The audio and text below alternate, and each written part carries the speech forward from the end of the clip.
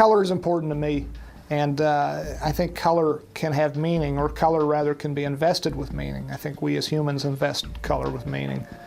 And nonetheless, we can invest it with meaning, and therefore color can be important and can be a storytelling tool that we can use, that we can avail ourselves of, and we do that on Breaking Bad. And I have a wonderful production designer on Breaking Bad and a wonderful costume designer, and with their help, we try to invest each character with a color. I read the script, and I did a little presentation, a little color palette, and kind of a lookbook of concepts for the main characters, and I really drew it from his script, from his writing, from his words. When we zero in on the look of a character, then we started to build all their costumes, and it's not difficult. It's just a process. Did you take your echinacea? Yeah. I think it's getting better. We arced Walt. He was a very beige character, very milquetoast, ordinary, kind of bland guy.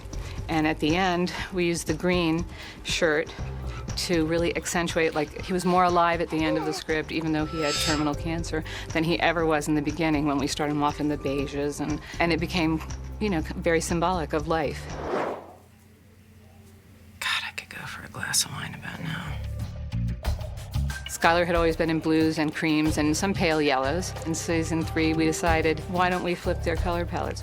She was getting more alive, more involved, not just the passive mom or the mom who had to put up with everything that was going on and deal with the, you know, the baby, the son, the husband that goes awry, all that stuff. So she was becoming more alive in that sense too.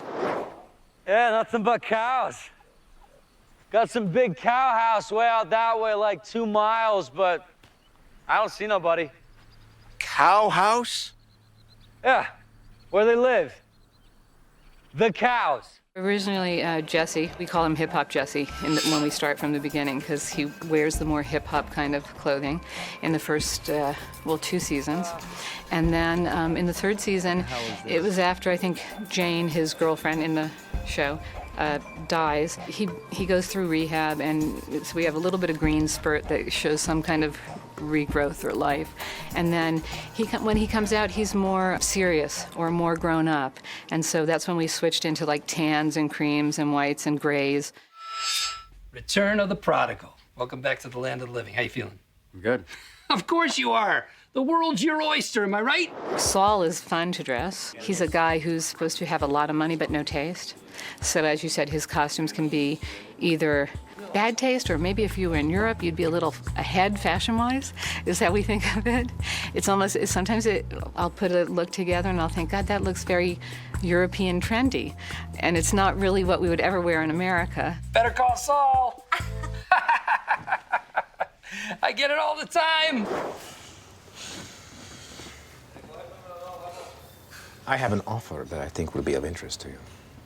Somehow the yellow, I think, correlated to Las Hermanas, the chicken place that he owns, and it was one of the colors we were using. That became their uniform. I think they were red and yellow in the uniforms in the chicken place, and then his character has changed quite a bit. That's his face that we see in public, his business face. But then this past year, we've had a big arc in his character, so it's changed quite a bit.